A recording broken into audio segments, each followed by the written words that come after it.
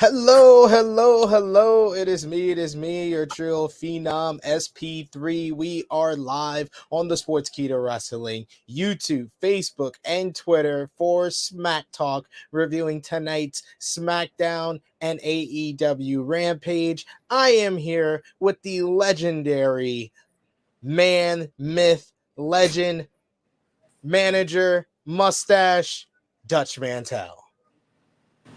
Well, I want to say hello to everybody. And I've just been thinking, after watching, we're going to start off talking about Rampage first, right? Then we'll go to SmackDown. I've just watched 3 hours, and I think I'm in wrestler hell. I think the wrestling god has come down upon me and said, okay, I got to give you this tonight. Because after what I watched tonight, I'm thinking, this business doesn't even, it was like, I don't know. I wasn't happy with either show tonight. And after SmackDown had gotten better, I thought, wow, they were really put it together. But we'll talk about it in a minute. And Rampage, much the same way. So how you want to start this funeral off? Well, the great thing about professional wrestling, you can have different views, and I think we're gonna disagree on our viewpoint of at least one of these shows. But before we get into any of these shows, it's been a crazy week for All Elite Wrestling. Probably the most drama that has happened backstage in a month's worth of drama backstage, whether it's in the women's division or whether it's with some of their top stars and some of their tippy top stars over the weekend got into a backstage fight. CM Punk at the All Out post-media scrum made a tirade, basically calling out and bad-mouthing Hangman Adam Page, Colt Cabana, and the EVPs of the company, Kenny Omega and the Young Bucks. And apparently what happened after that is that Omega and the Young Bucks went to CM Punk's locker room. A fight ensued. Punk punched Matt Jackson. Nick Jackson had a chair thrown at his head by Ace Steel, CM Punk's trainer and friend. Ace Steel then bit and pulled the hair of Kenny Omega. So much drama coming out of that. And because of that, all of those men involved in the fight, whether they were breaking it up or involved, were suspended. Now the AEW World Championship is once again vacated, and the AEW World Trios Championships, which the Elite were the first champions, they were also vacated. Death Triangle won the titles on Dynamite. The AEW World Championship, we saw the latest edition of the Tournament of Champions, which is going to determine the new champion coming up at Grand Slam on September 21st. But Dutch, all of this drama, CM Punk, someone you've worked with in the past. I know a lot of the people that are in AEW have worked with them in the past. What is your kind of viewpoint from the outside looking in on what's going on in AEW right now? Well, after you did the rundown on what happened, I think we need a program, where we can actually look up the players and what happened. There's a lot of things I disagree with. The first thing I disagree with is the scrum right after the pay-per-view. The scrum. Why would you have a scrum and tell people how you actually do stuff? Why would you even do that? Wasn't that kayfabe one of our things that kept us alive years ago? Well, it's probably far past that now, but why would you even have a scrum? I mean, it's a performance. I understand that, but at least act like it has a little bit of legitimacy to it instead of just going out there, oh, well, we thought up this idea going down. I don't get it. It's like a magician doing a show, and then right after the show, he invites the press back, or who else wants to come, and say, well, the way I did the trick, I did it like this, and then I turned it this way, and you can't see it, but I can. Hey, there it is. Now it makes you feel like an idiot because he did this trick that you didn't catch on to. And Punk went out there and just literally lambasted everybody that he knew except his wife. And he laid on the Young Bucks, the EVPs, and Omega. He laid on them. Colt Cabana from something that happened, 5 years ago? And then I think Colt Cabana came to AEW, and now somehow he got he got banished to Ring of Honor, and they're blaming Punk for it. And then Well, Hangman basically, Page. Colt Cabana came to AEW before CM Punk, but they had already had something, in court that they kind of ceased their friendship and communication with one another Yeah. after Punk got sick of paying him and basically tried to have a mediation and it didn't work out. And when CM Punk came, Colt Cabana was kind of eased out of the company, eased out of the Dark Order. He was on the verge of being let go, but Tony Khan decided to pay him at the same rate he was getting paid for AEW, but moving him from AEW to Ring of Honor. And the story came out that people backstage felt like that was because of CM Punk. Well, I don't care what the people backstage think. Tony Khan, all this, I hate to say this all goes back to Tony Khan. They've been talking for 3 weeks or 4 weeks or 5 weeks or more about the discontent backstage. And of course, they're denying it, but we saw it come full circle because after he blasted Hangman Page and the Bucks, but he did get a good line in there. He said they couldn't manage a target, which I kind of like that. So, but I guess they were waiting for him when he came back from that scrum. They didn't like what he said. So from what I'm hearing, they went to his door, and I heard they beat it down. You can't beat those doors down. You hurt your foot before you do anything else. But I think that's why I said the facts that everybody agrees with. The barging in the door has even been refuted now by CM Punk's side, where they originally said that they barged down the door or kicked the door down, and then they came back on that claim and said, "Oh, we meant that as a figure of speech." So the things we do know for sure is that the Young Bucks and Kenny Omega, they went into the locker room. Also, that kind of goes into their defense that they probably didn't kick the door down. They came with the legal officer, the chief legal officer of AEW. So I don't think they would kick the door down. But they came with him, or he was already in the room. No, they came with her. Basically, they brought her for the mediation between them and Punk, I guess. But they came in very aggressively, is what I heard. Yes or no? Yeah. And Punk punched one of them. Yeah. And he still, allegedly, I guess, you got to say allegedly, because I don't know if he threw a chair or not. They said he did throw a chair, and he hit Nick. Everyone involved in the fight said that that chair was thrown.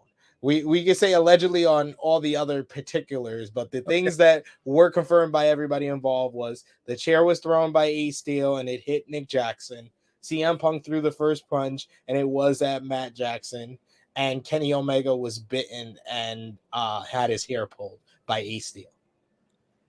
And they all got suspended, and CM Punk got his title taken away. Yep. And who else got their the Bucks? Who else got their and title? Omega. They got the trios, right? Yeah. They got it taken away. So I'm thinking, and I read today, this is an elaborate work. I said, bull crap. If it's an elaborate work, they got me.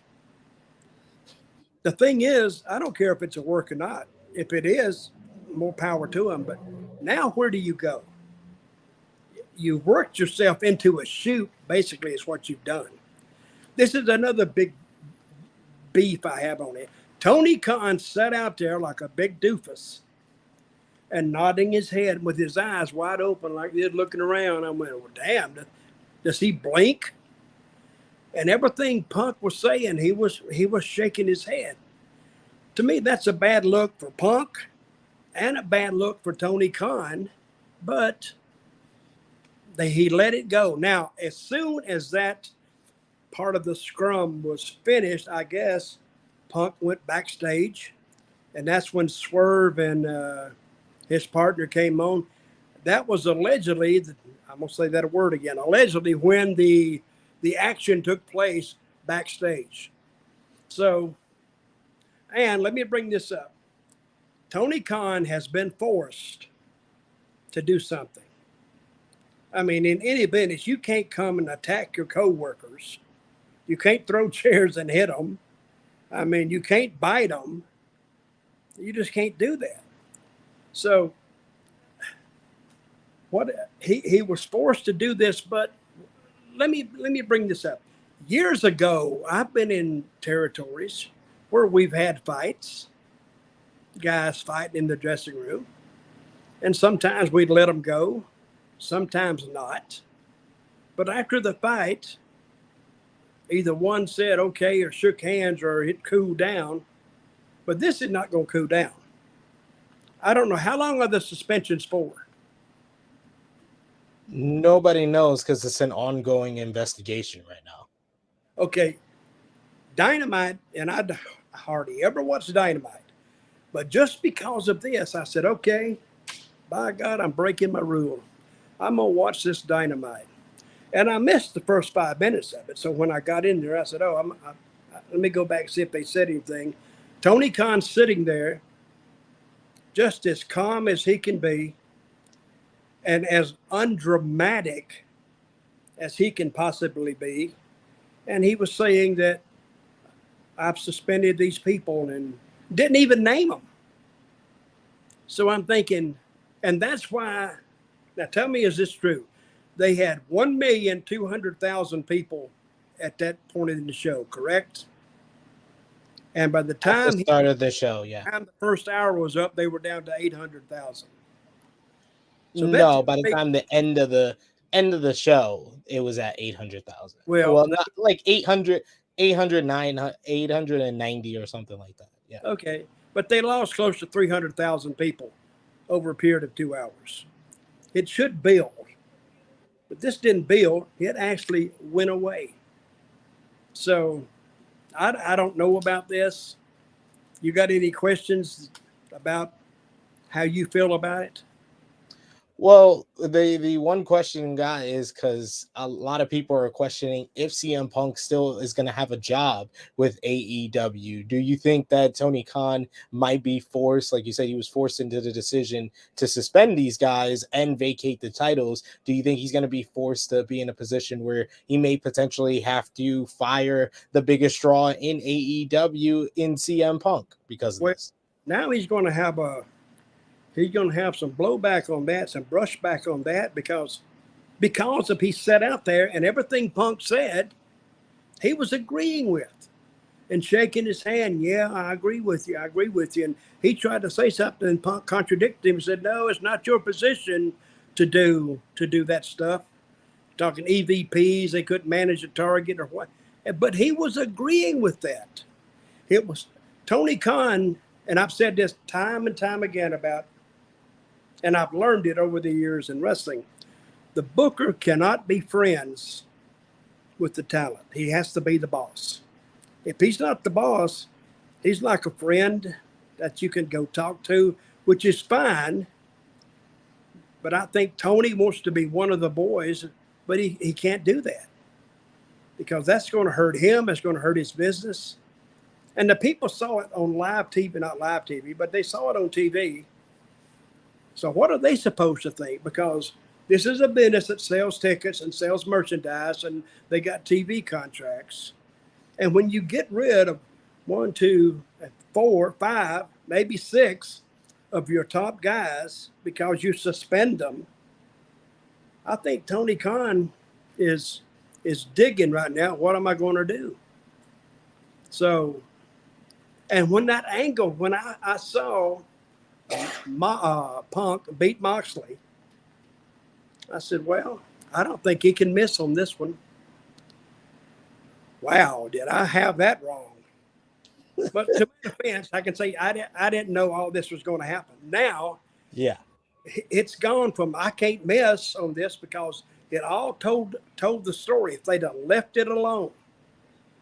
But now they're back scrambling like they were 6 months ago or more, because he had it laid out. Everything did their job well. CM Punk did his job well.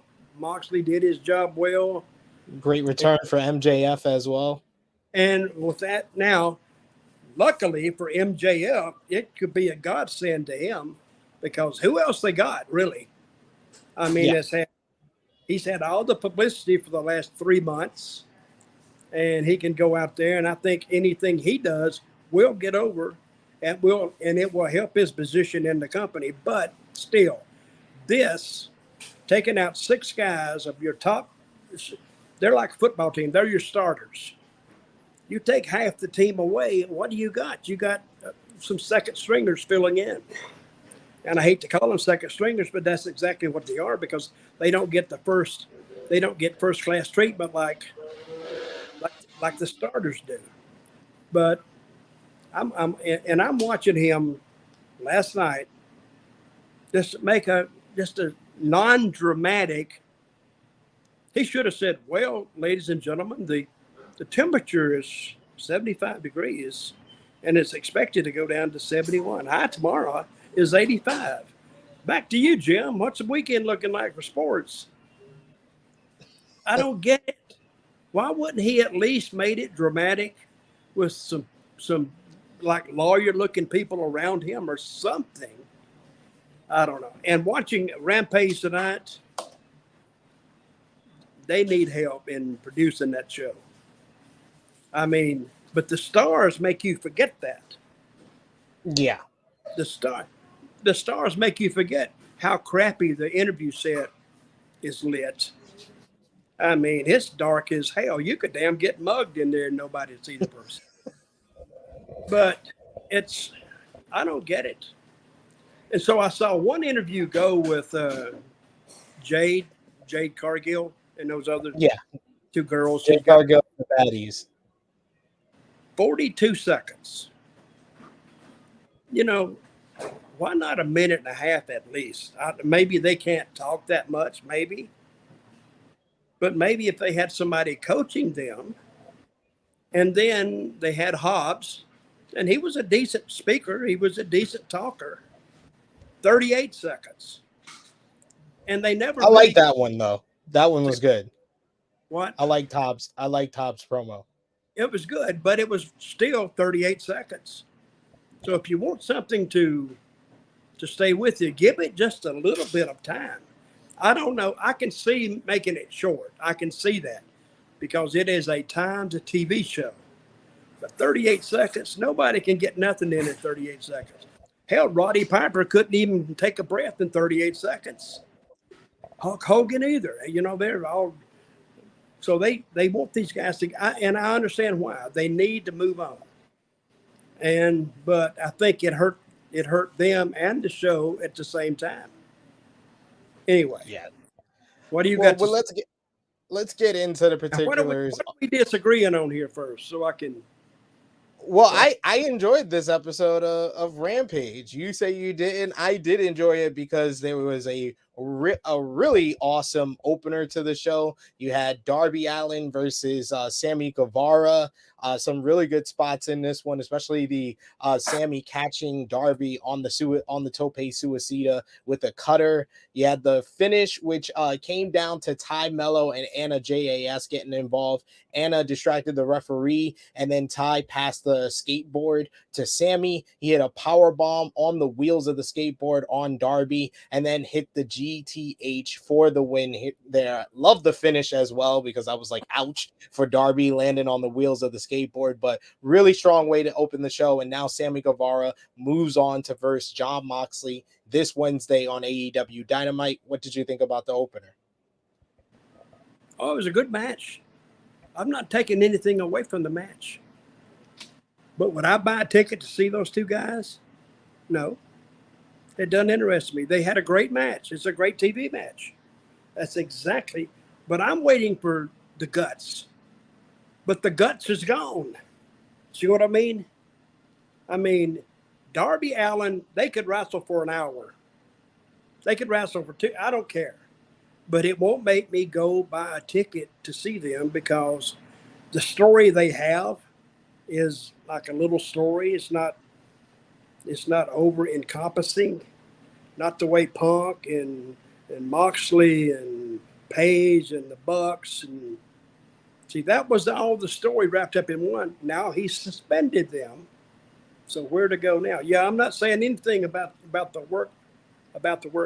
I think most people go to wrestling matches because there is a story to be told, and but even if there was a story behind them, I don't know where they would go with it because they got storytellers. They're called bookers, not creative, but more or less bookers. And he can take these stories and do certain things with them in certain ways. But that's just a match doing the same thing they've seen 492,000 times before. They've and if I just want to see a bunch of great wrestling matches, I just go to maybe pick some independent show and go tell them, hey, just do some good wrestling. I don't care. But I want to be entertained at the same time. If you have a great match and then get up and sing me an opera song, well, I may be entertained a little bit because now the guy's got real talent. But first match was okay. What was in the second one? Remember, guys, let us know your thoughts on both shows, AEW Rampage, and we'll get into SmackDown. Also, I did see in the live chat here, we had Kimar who asked, where's Rick? Rick is under the weather. He's not going to be with us. It's not because Dutch had him removed from the show. He will be back with us next week. Hey, you need to come up and hit me in the head for removing Rick from the show. It's my fault.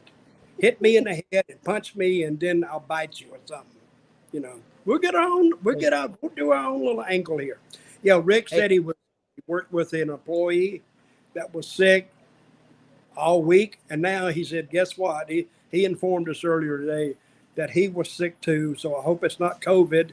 Hope it's not bad. But Rick, want you to get better and come back because I miss you, brother. I miss arguing with you because Sid, but Sid usually teams up with me against Rick, and Rick sometimes he gets his little feelings hurt. And now I'm feeling bad about it.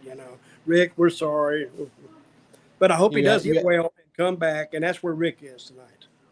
You have many conversations with Rick, like, I'm sorry if I hurt your feelings on Friday, and he always apologizes. We got a quick recap of MJF's promo from Wednesday with the both babyface and heel parts of it. They mentioned the idea of him taking the title and the bidding war of 2024, but they didn't hammer it hard there. But I like them kind of highlighting that big segment from Dynamite on this show. Then we got Samoa Joe coming out for an in-ring promo. He's happy to be back in AEW with the ROH TV title. That he says that that he wants to defend the championship, and he's promised more violence than what he's delivered so far. Smart Work Sterling and his crew, Tony Nese and Josh Woods, comes out with him. He says that he came to answer the open challenge because Josh Woods saved Sterling from an attack from Wardlow on Wednesday, and Sterling believes Woods has earned a shot at the ROH Television Championship. Joe says he accepts, and he wants to do the match tonight in Buffalo, but Sterling insists that the match take place next week. So what did you think about this promo segment? Samoa Joe back in AEW. Well, I like Joe's interview. He's a good talker, and the other guys with Mark Sterling coming out. What's the guy's name that's going to face him? Josh Woods. Josh Wood. I'm not familiar with him, and it was good. It was okay, but would I watch next week just for that match? Nah, not really. But now that I know what's going on, yeah, I could possibly tune in. But again, that is like wrestling 101. We've seen it 1,452 times. So what makes this one different? Samoa Joe's going to beat him. After you see so many things, so many times, the same thing over and over, you can kind of figure out what they're going to do. Unless they throw a big angle in there, and they could throw a big angle in here, but it mean nothing. So anyway, but the second part was good. They did that to all of us with the Moxley and Punk match a few weeks ago. So you gotta space out the times they can surprise you with a finish like that. Next we had another promo segment. We hear from Miro. He cuts a promo on God and how angry he is that he's not in the Tournament of Champions, and he says that he is keeping him away from the belt and to belt the Redeemer now. I love that Miro's number one rival in all of wrestling is God. Well, I learned a long time ago, we got a saying, separation of church and state. I also learned separation of wrestling and religion. Just don't say anything about it. You won't hurt nobody's feelings, because people really get teed off when you bring theology into it. And I might say, I swear to God, I might do something like that. But as far as, what Miro said tonight, that would make me not go to see it. I think it would, because I don't even know what he said, but whatever he said, I didn't agree with. So far with me, you're liking the show. It's hitting 0 out of 10 to me so far. Because you Which, don't care about the people. yeah, I'm here for the good wrestling. You're here for the interesting, compelling characters, which you don't think you've seen any. You don't think Darby Allin's compelling and interesting? well, if somebody gave him a sandwich, guy weighs 160 pounds. Hell, he could walk over a rain grate and fall through it and just disappear. No, I don't think he's not compelling enough to me, because I just don't. I don't think to me, he's trying to do the Sting thing with the face. I got all that. But if he looked a little better, it might work.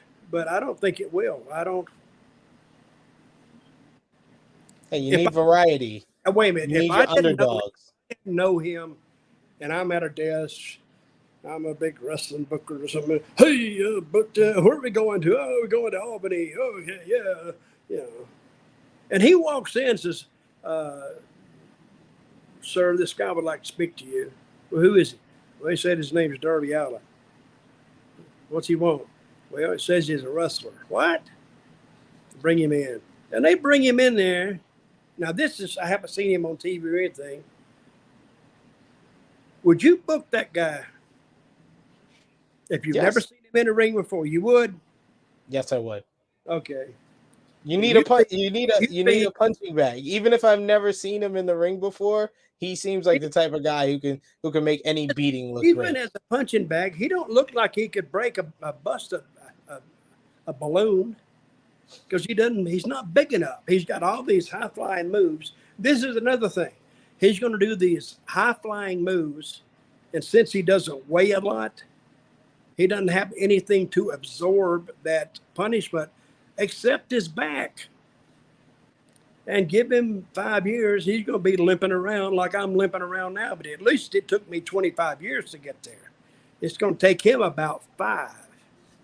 So, just my advice to him: he needs to slow down on those big bumps, because then they will mean more if he does them less. That is you've heard this saying, less is more. Yeah. Exactly. Yeah. And if he does a big move, I would highly advise him, don't miss it. Don't miss it just for a high spot. Don't kill your own stuff. I don't know why guys do that. Oh, I got this hellacious move, and I come off the top, and I do a 360 turn and spin, and then you tell the guy, move, boom, and then you hit it. And then you still don't get pinned. So if you're going to, and you miss it, if you got pinned, yeah, that might make it a little believable. Or if you hit it, you pin the guy. I don't know. That's an inside thing that I'm talking about, but I don't get it. And I hope his back holds up. How old is the kid? Hopefully. I think he's about 26, 27. Okay, well, good luck to him. I mean, I like the gimmick. Gimmick's fine. Yeah, that's what I'm saying. I'm talking about the character. I'm not. He's 29, by the way. He's 29. Okay. The character can't continue if the body says no. This is true. It's what I'm saying. So if he would, and I know it's on TV. Let me ask you another thing here while we're here. See, this is like me and you just going down the road. We're going somewhere, and we're just free rapping the shit that comes to us. 2 more people got hurt during that pay-per-view, right? Ruby Soho. Yes, Ruby got hurt. And who was the other guy? Alex Reynolds was on crutches after All Out. And why did Ruby Soho get hurt? I believe she broke her nose on the finish to the mixed tag opener of the pre-show. Well, I would say if you can't do the spot, don't do the spot. But if you can't throw the punch without breaking somebody's nose, you shouldn't throw the punch. Hey, if I'm in the ring, and Sid, you've never wrestled, have you? Not in a professional sense, no. Okay. If I go in the ring and a guy hits me right in the nose, well, I won't do nothing then because I don't think he meant it, I hope. Because if he meant it, he'd come with another one. But as soon as I got in the dressing room, I said, what the F are you doing out there? I said, the next time you go to punch me, I'm not going to be there. I'll be gone. So if I can't trust you in protecting me, I can't do it. And it's not anything against the guy. It's just the rule of wrestling. So you're supposed to take care of your opponent. And so what I got to say, I think some of those people in AEW, they need to learn to work a little better instead of doing all these high spots. I mean, they need to work with each other better. And I know accidents happen. I got that. But I hate now is her nose broken? I believe that was the report that they said her nose was broken due to the finish of the matchup. Also, CM Punk, did also get hurt, and he's going to be out longer because he has a torn triceps. So he's going to be out for like 6 to 8 months. Okay. Hey, I'm reading different things about this every day. So the ones that got suspended, I heard Chris, what's his name? Christopher Daniels. He got suspended. Yeah, because he was basically trying to separate the fight, trying to break it up. Okay, I like Chris. He didn't cause the fight. He tried to break it up. And he got suspended for that? They suspended everyone involved because it was like pending an investigation. It was a legal matter. Okay. Did he suspend Punk without pay? From what it seems like, he suspended him. I don't know about without pay though. And the Bucks too? Yeah. All of them, everybody. Everybody involved, yes. Well, that's the only thing he could do. And I'm not defending him. I hate he finds himself in this situation. I will go back to what I said before. You can't be talent. You can't be friends with the talent because it will backfire on your ass, buddy, big time. And this backfired. And they drew $1 million house, and they had all this trouble. So somebody's telling me, oh, that's a big work. Bullshit. No. You work with $1 million house. You think, man, maybe if I just put those ingredients and heat them up a little more, I can do $1.5 million house and a hell of a pay-per-view audience. I don't know.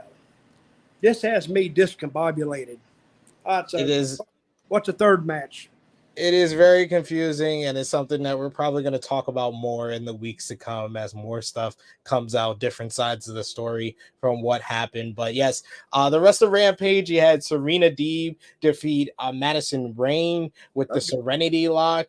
Good win for Serena Deeb, who hasn't been on television since the build-up to ROH Death Before Dishonor. So this was a nice way to get her a win, and it sets up her to be the tag team partner of Dr. Britt Baker, DMD, against Toni Storm, the AEW Interim Women's World Champion, and Hikaru Shida this Wednesday on Dynamite. So they seem to be kind of putting Serena Deeb back into top position in the women's division there. You had the 2 interviews that you talked about earlier with Jay Cargill and the Baddies, as well as Powerhouse Hobbs, talking about he's ready to open the book of Hobbs. And then we got the lineup for Dynamite with that tag team match for the women, Jon Moxley versus Sammy Guevara and Chris Jericho versus Bryan Danielson in the Grand Slam Tournament of Champions for the AEW World Championship. So Moxley, Guevara, Jericho, Danielson, Dutch. Who do you think is going to become the AEW World Champion? That's a four-way, right? You said. It's down to the final four. It's going to be 1-on-1 in New York at Grand Slam. It's the winner of Moxley versus Guevara versus the winner of Jericho versus Danielson. Well, I think Moxley wins. I think he'll beat Guevara, and I think Danielson will go over Chris. Then that's a rematch between the two, and we at least know what they can do. So I think that's what it's going to come down to. That's what I would do. I totally agree with you. I think it is going to come down to the two members of the Blackpool Combat Club, Moxley and Danielson. But the real question is, who do you think wins that? Because, Moxley cut one of the best promos of his career. I know you've been so on whether John Moxley is a top guy or not. This is one of the best top babyface promos that I've heard in wrestling, honestly, what he cut on Wednesday on Dynamite. He knocked it out the park. Ridiculous. And then you got Bryan Danielson, who's this workhorse. Who do you think should win out of those two? I think Moxley needs to take it back because he can. But he talks in a way that's reminiscent of Eddie Kingston because they both don't have no bullcrap about him. So we may be looking for something there, and I think they would have a hell of a match. But I think they might need to extend Danielson and Moxley if they can, or get away from it 2 weeks, bring them back as partners or something. But you just can't cut Bryan Danielson. He's too good, and he's too valuable. Plus, he's a good leader in that dressing room. And I don't know how much Moxley leads there. Moxley may not give a crap. Because when I was with him at WWE, he just went and did his own stuff. He didn't get anybody else's business. He just stayed with the Shield, and that's what he did.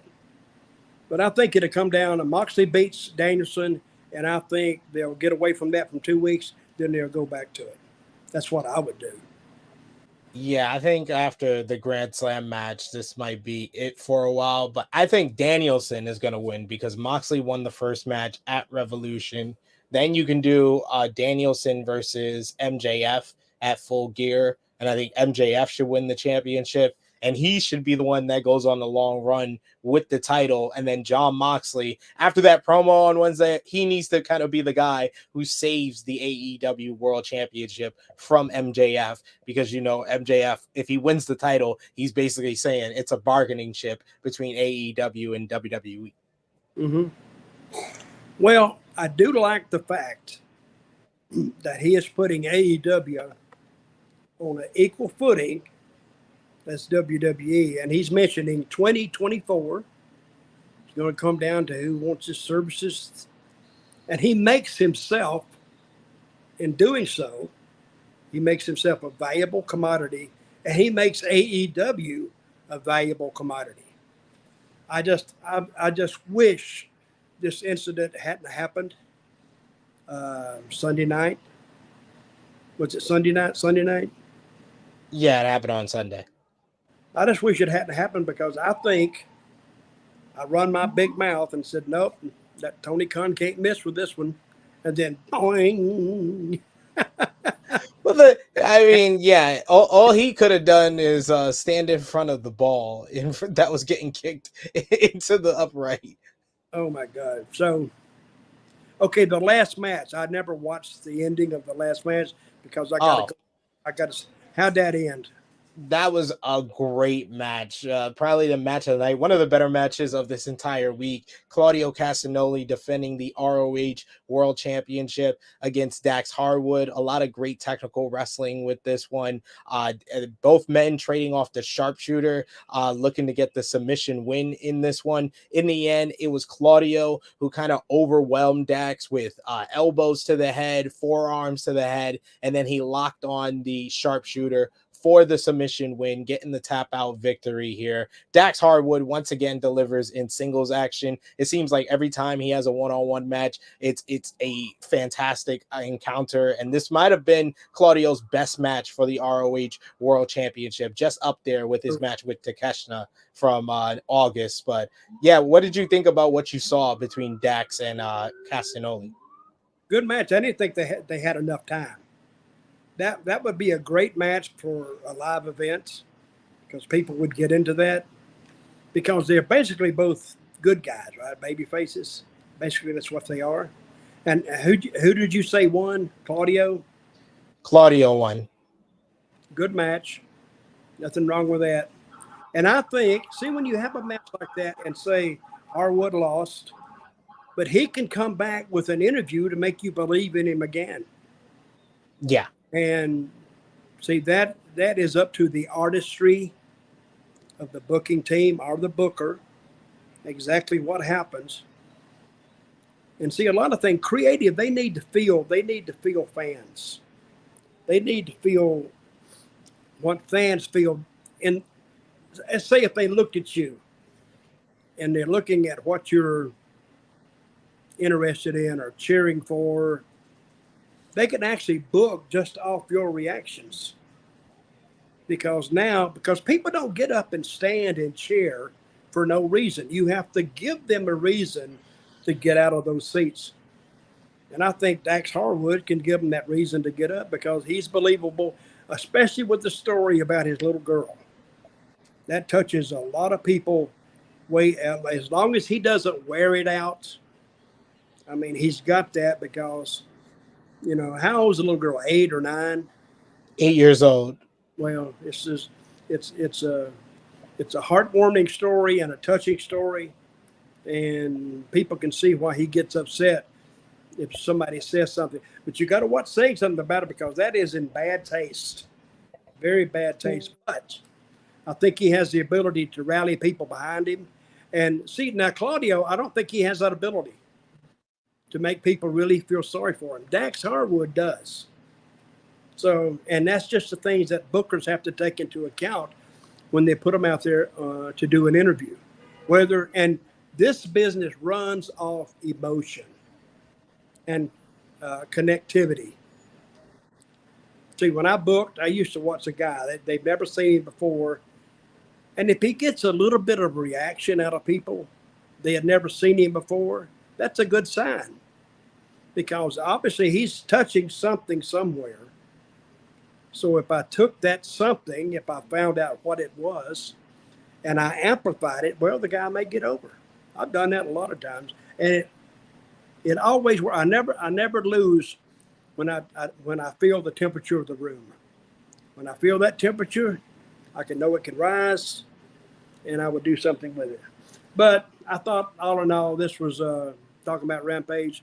Good show, but not an exciting show, especially off what we've just heard about the suspensions of 10 guys or 12 guys, or 6 of them being your starting team.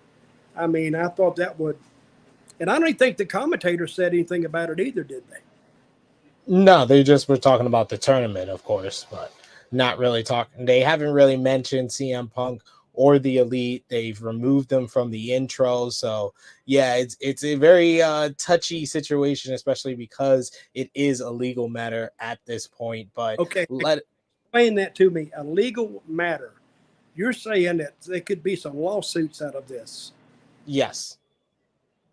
Who's suing who? I don't know if the Elite are saying that CM Punk attacked him unprovoked, that can be aggravated assault. If Punk is like saying that they barged into his locker room, that could be another thing. It's very muggled, and we don't know for sure what really happened. We got, one side of the story, we got another side of the story. The truth is usually in the middle somewhere. Well, you don't know this, and you didn't hear this from me, but I was in that room too. And I got hit and I got kicked. And I may have Let me see the bruise. Let me see the bruise. Well, I'm not at liberty to disclose that at this point. But when you hear there's a lawsuit and then my name's in it, that's what I'm going to do. How much is Tony Khan worth?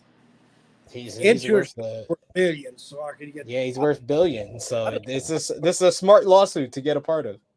Oh yeah, well they're used to that stuff anyway. But the woman in the room, she's the legal expert for the company, right? Yeah, Mega Parquet. Yeah. You know, the So thing that surprised me is that Punk had a dog named Larry. Who would have thought that? Come on, why did Larry. that surprise you? He talks about it all the time.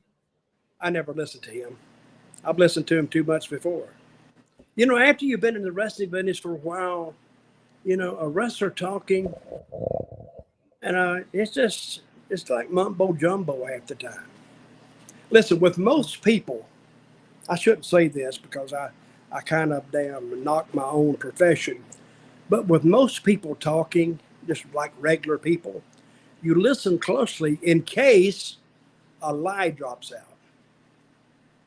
But in listening to wrestlers talk, you listen very closely unless the truth drops out, because it's all a bunch of crap anyway. You can't believe half the stuff or three-quarters of the stuff that wrestlers tell you because they're working a scam and don't even know it.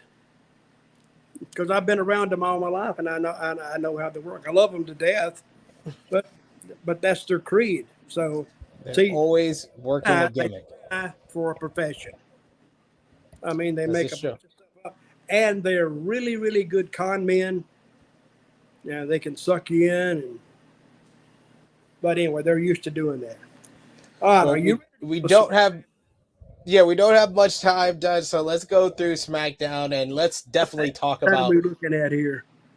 we're just over 46 minutes. That's Oh, wasting more time. yeah. We got to talk about this wild opener to the show, the six-man tag team matchup of Imperium, Gunther, Ludwig Kaiser, and Giovanni Vinci versus the Brawling Brutes, Sheamus, Ridge Holland, and Butch. Any single time Gunther and Sheamus got into the ring with each other, there was just an electric atmosphere coming off the heels of their instant classic at Clash at the Castle. Sheamus was ridiculously over here with the fans, especially going crazy for the what was the 29 beats of the Bowery on Ludwig Kaiser.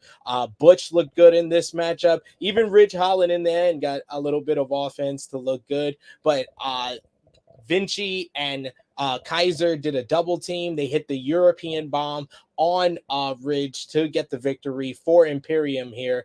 This was just really hard hitting, nonstop action from all the guys involved, and just a great way to open the show. Unfortunately, I will agree with you on this, Dutch. The show peaked here. Yeah, it did. I actually think that Gunther and Sheamus went backward. I mean, okay, they pinned Ridge, or who'd they pin? Holland, I mean. They pinned Ridge Holland. Well, I'd have been okay if Gunther had pinned him.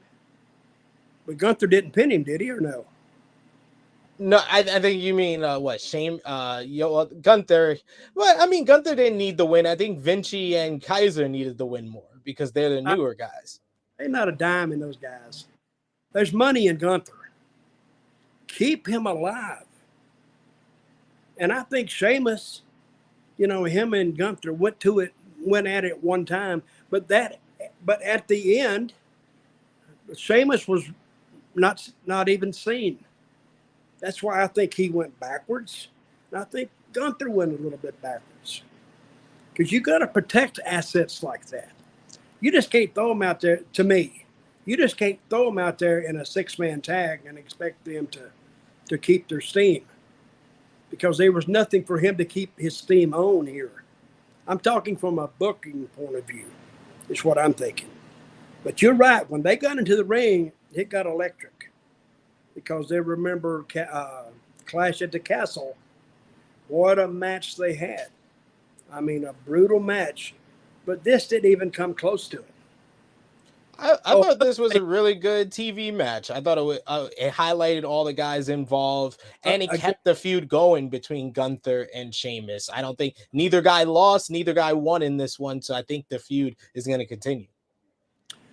Well, I'm a big Gunther fan, and I wanted more from him. And say the Sheamus fans, they want more from him, but they didn't get it.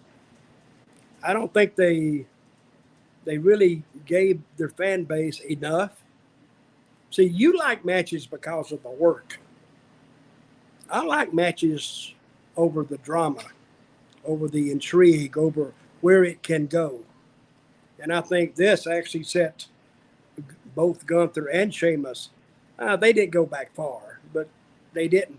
Let me say this: say they didn't go back, but they didn't advance. And That's fair.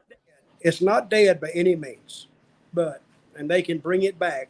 That's the beauty about wrestling. You can make mistakes. Just want to know, Tom Booker told me one time. He said you can make mistakes, but you got 51 more weeks this year to fix it. So that's how they're gonna get through it. Let me say one thing. I think that I'm listening to the music tonight. What's the guy's name that used to do the music for WWE? Jim Johnson? Jim Johnston. Yeah. He did an article that I read, and he says that the music in WWE now is not along the lines that it used to be when he did it. Now, it may be him tooting his own horn, but I listened tonight, and it's nowhere close to what Jim Johnson produced. And I'm not a music expert, but I just know I like what I like. What music do you realize that the guy's coming out and there's a big pop? Except that Karrion Kross, he has the crow flying around on the screen. Well, you can get that. Yeah. But I just don't. To me, the music doesn't touch me. That's what I'm saying. The music has to touch you too. When you heard that glass breaking with Stone Cold, boom, boom, and you knew he was coming, and the Undertaker, dong, you know it, but he was coming. So yeah, music plays a big part of this. And what was Jim Johnson's big beef with WWE? Because they don't want to give royalties on it. Yeah, I think it's a matter of money. That's all it always comes to when it comes to music. But someone who was feeling the music on this show was Sami Zayn. That was the next segment on SmackDown. He came out with the Bloodline, with the Usos, dancing to the Usos music, telling everyone to get their ones up, while Jey Uso gives him a look of disgust. That he talks about growing up as an honorary Us, and then Jey cuts him off. He talks about Roman Reigns beating Drew McIntyre last Saturday while Sami is hyping him up. Then we get the Usos introducing the newest member of the Bloodline, Solo Sikoa. We get a quick little video package of Sikoa's run on NXT, as well as him interviewing at Clash at the Castle. He gets a big reaction with a lot of boos, and he threatens anyone that goes after his family. He's going to take care of the problem if they come bring it. Out comes Drew McIntyre with a steel chair. He hits Solo in the stomach because he's the only one that doesn't run out the ring. But before he can hit Solo in the back with the steel chair, Sami Zayn pushes Solo out the way and takes the bullet for his Bloodline brethren. And that led into a backstage segment later on in the night where Solo Sikoa said that they said he's the honorary Us, and he is. He's accepting of Sami in the Bloodline after him taking the steel chair shot, which Jey Uso did not enjoy either. Jey Uso went from saying Solo's going to take care of things on his own to they're going all out with him for the main event of this night. So what did you think about the promo segment and then the backstage segment with Sami and the Bloodline? His stuff is good. He brings a lot of life. He brings a lot of creativity to it. But what I'm thinking now is I want to go ahead and think, it's coming somewhere. When are they going to do the swerve with Sami? When are they going to pull the trigger on it? So I halfway thought Solo was going to turn on him tonight. Like once he was introduced, I thought he was going to jump Sami. That's a good thing because you're expecting it anyway. So, but I think when they do, and Kevin Owens joins him, which is a logical partner, I think that they got at least 2 weeks of bang, bang TV. They turn on Sammy. He's fighting them. All of a sudden, they got him down. Then Kevin Owens, he does the second bang. They team up, and the people want them to shake hands. They do, and they go to war. And I think what matches those guys will have, they will. My only beef, here I go again, but that guy he looks like a spitting image of Jay and Jimmy, except he got blonde hair. How many Samoans can you have at one time? You know what I mean? But he looks just like them, except the blonde hair. And now I don't really get that. So you can have too much of a good thing. So I don't know. We'll have to see how they. Hey, just because I don't like it, doesn't mean it won't get over. It may get over. Yeah, I mean, I like Solo's look, and I'm a fan of him from his run in NXT. Let's talk about his debut, his in-ring debut for the WWE main roster, which was in the main event. We had a quick interview with Drew McIntyre noting about Clash of the Castle, saying that should have been his moment, and he should be WWE champion right now, so he wants revenge on Sikoa. This matchup was hard-hitting. It told a good story revolving around McIntyre wanting revenge, having to overcome the Bloodline at ringside, and Solo looked good throughout this one. One little segment where Drew looked like he was going to hit the Claymore on Sammy, and then Solo came in with a super kick. So Solo got hit with the Claymore, and to the outside, it looked like Drew McIntyre was on his way to the win, when suddenly out of nowhere, Karrion Kross came from behind, jumped him with the cross jacket chokehold. The screen switched to black and white. The moment Kross appeared, McIntyre tried to break free, but Kross wouldn't release the hold, and Kross tightens his grip as Scarlet watched, and the screen slowly faded to black, as they said that Drew was fading to black. I thought the ending was great. It was a nice way to kind of pivot Drew McIntyre from his whole issue with Roman Reigns and the Bloodline to now completely focus on Karrion Kross, you would think, after this. And this was a great presentation of Karrion Kross to kind of make him a different type of character in this new Triple H regime, which doesn't have a lot of the supernatural, spooky type of character. So it makes Karrion stand out here. What did you think, Dutch? Well, I thought it was a good segment. About the time the main event started, I went, Karrion Kross has to come in on top of this one because he hadn't been on the show. I said, wait a minute. And I had to think a minute. I went, wait a minute. There's one major character here that's missing. And it was him. And I said, okay, he's making an appearance in this one, which he did. So, and I'm thinking that they went from no heels to 3 heels they can get over. And that's Gunther, that's Karrion Kross, and there's one more, Solo, I guess. I had another, I think it was, but anyway, they went from a very slim bench. Now they have players. They at least stocked up. They made trades. If it's a baseball team, they made trades. They increased their pitching staff and their batting lineup. So it's a much stronger roster now than what it was. And how long did that take? 3 weeks? Took 3 weeks. Well, Triple H has been in charge for about a month and a half now. Yeah, so but he didn't really grab the reins of it to about, 3 weeks in, because they probably have a show or two planned in advance. Well, the only show they had planned in advance before Triple H took over was the Raw at Madison Square Garden ahead of SummerSlam. Well, they have a skeleton build anyway, but by the time he can get them, and week is nothing in wrestling anyway. It just gets you ready and the guy may have plans. I don't know, but I do like the way that he has improved the roster. It looks a lot better now than what it did. So Karrion Kross, my jury is still out on him. See, I like heels like MJF. I like heels like Sami Zayn. I like heels who they mess with the people.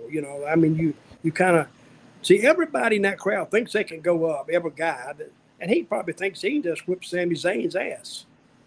That's a great heel. If everybody thinks, oh, I can beat the crap out of him, they can't. But you want them thinking that.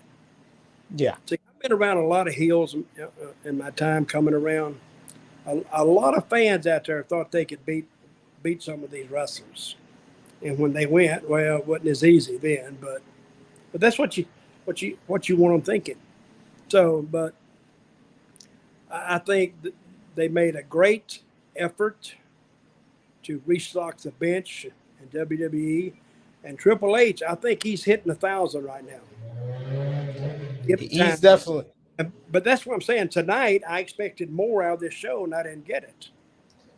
He's definitely turned the tide, and WWE is definitely on the up at this point.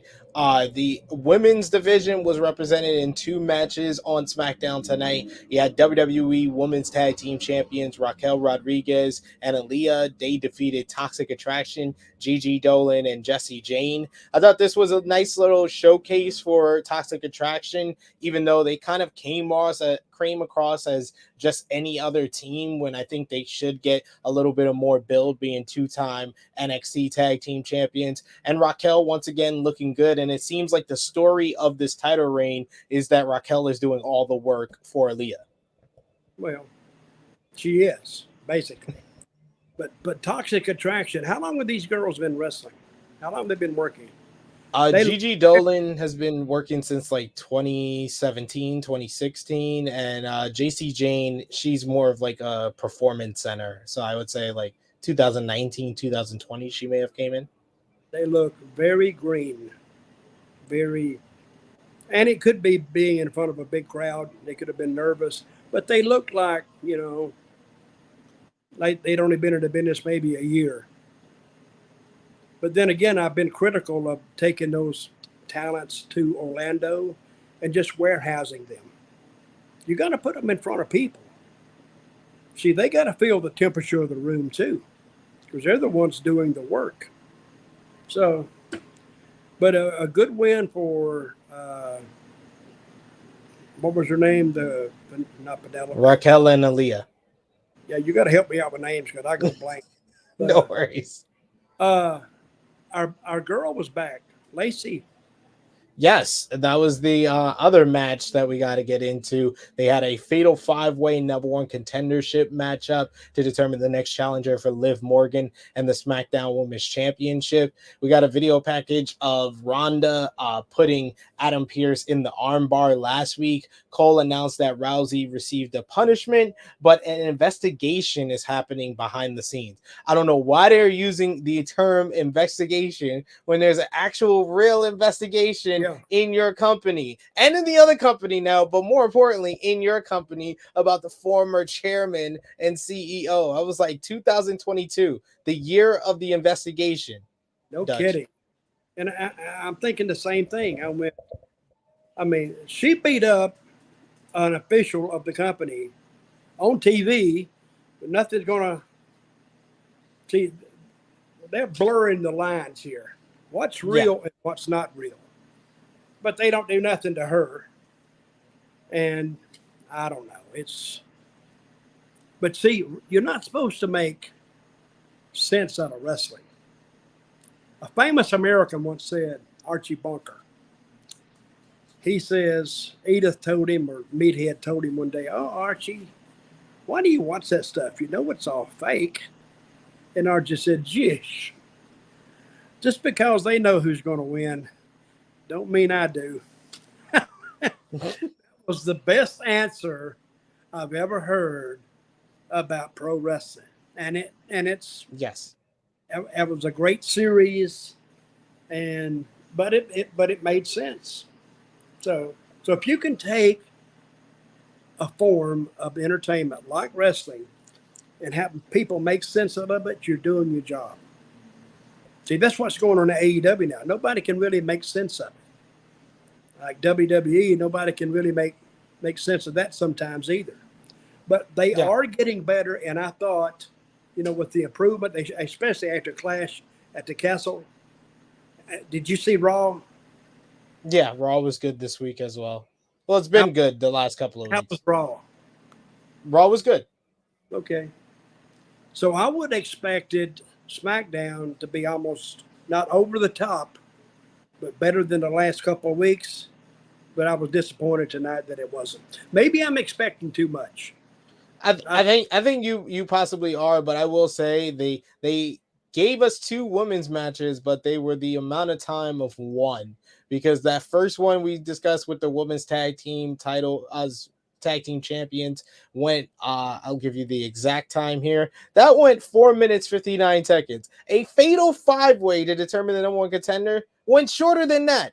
4 minutes 32 seconds. This made Ronda Rousey look good, but the match felt so rushed. Like, none of the eliminations is even worth remembering, but I did remember them and I did write down notes here.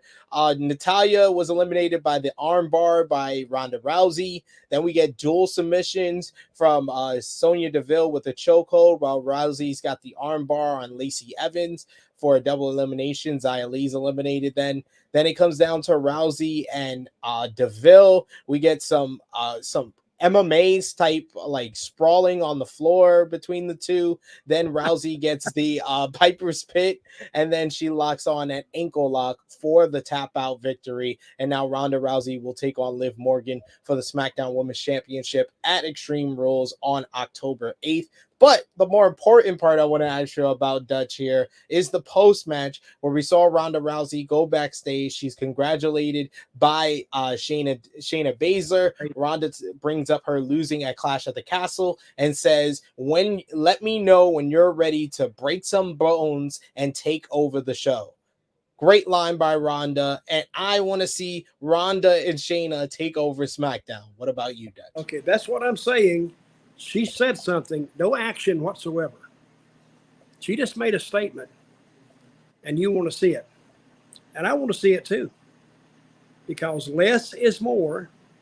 And all you're trying to do is you're just trying to stir people's minds and saying, I wonder what she means for that, or whatever she means, I want to see it. That was a good line. It really was. Okay, let's go ahead to this. My boys, the Maximum Male Models. Yes.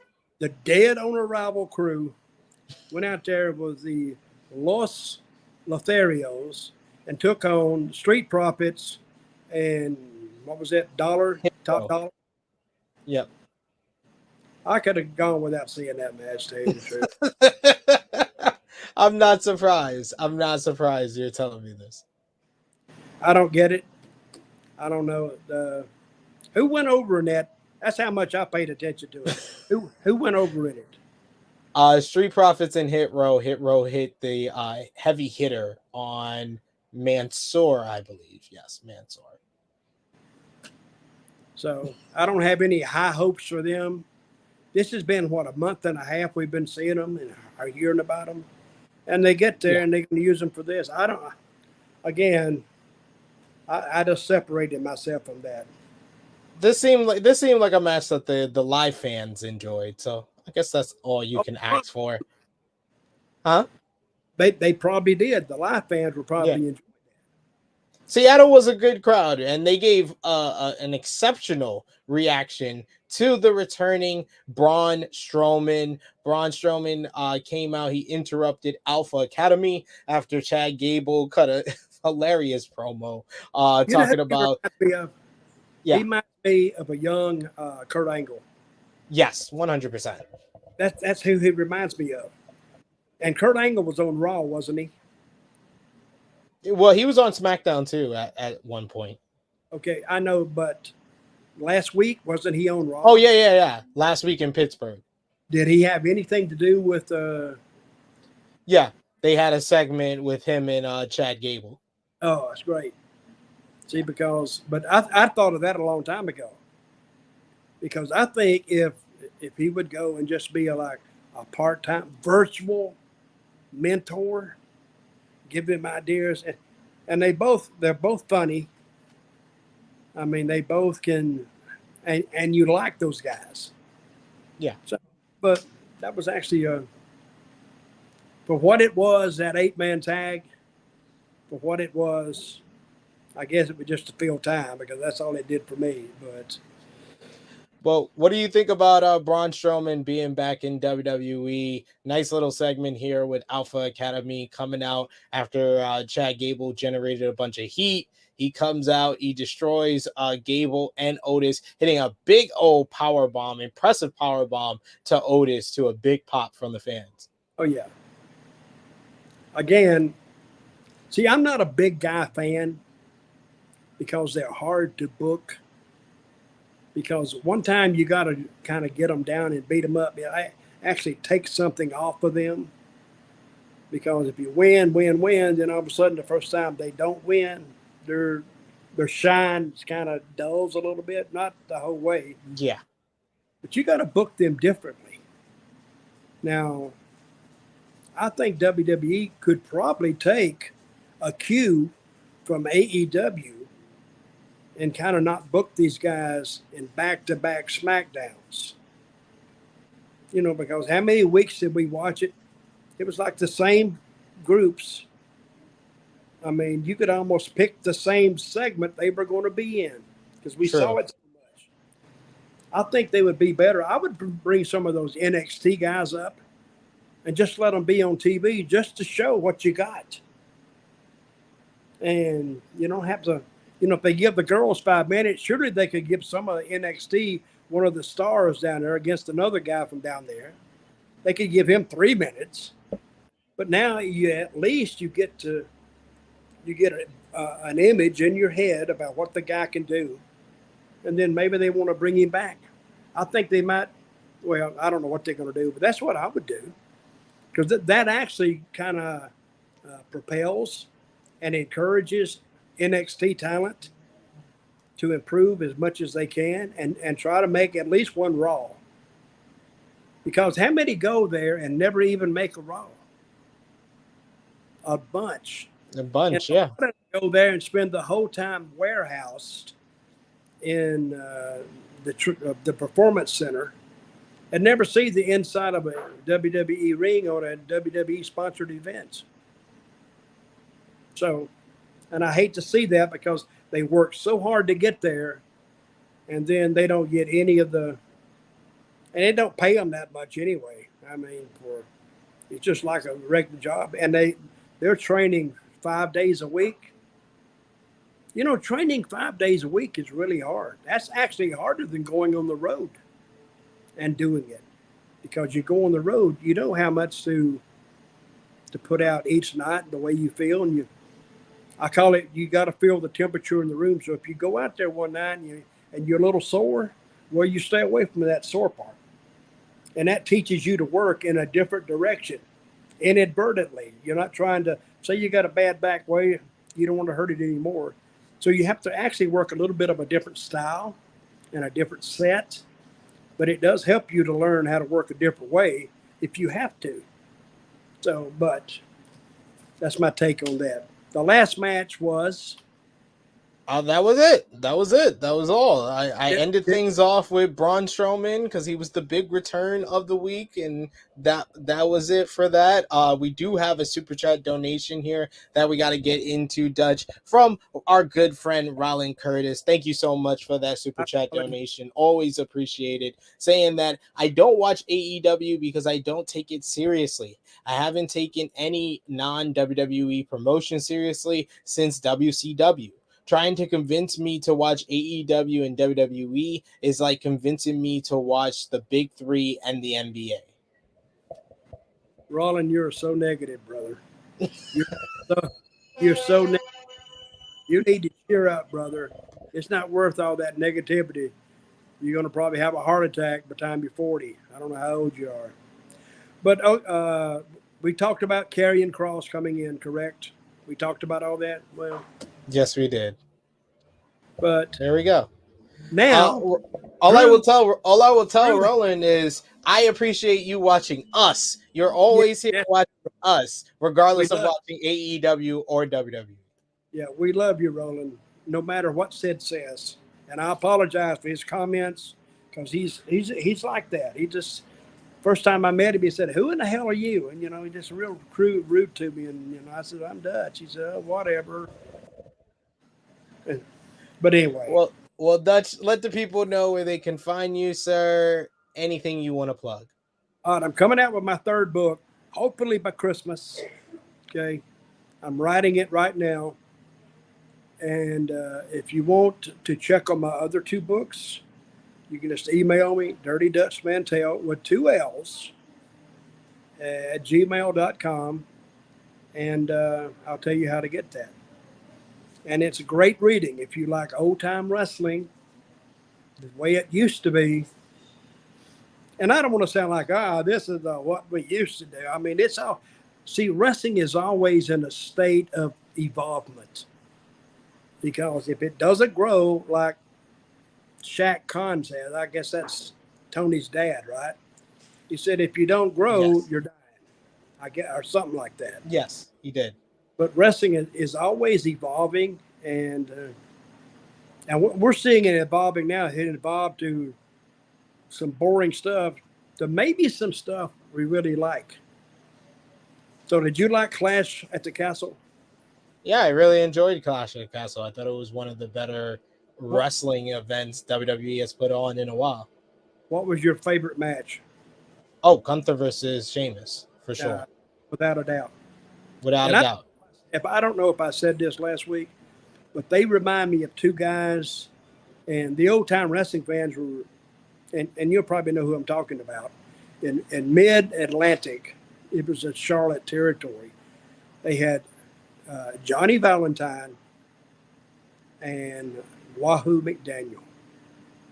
And they would go out there night after night after night, sometimes 8 times a week, because they do 2 shows on Sunday. They do an afternoon show within driving distance of Charlotte. And they wouldn't go 10 minutes or 15 minutes. They go 40 minutes, 45 minutes. I don't know how they handled it. They just beat the crap out of each other. But people believe these guys hated each other because they went out there and really abused their bodies to get these people to believe it, and they did. People still talk about those matches. You know, like Gunther throwing those chops. Well, Wahoo he would bring it from down south somewhere. He'd bring it down south, way down around Miami. Wham!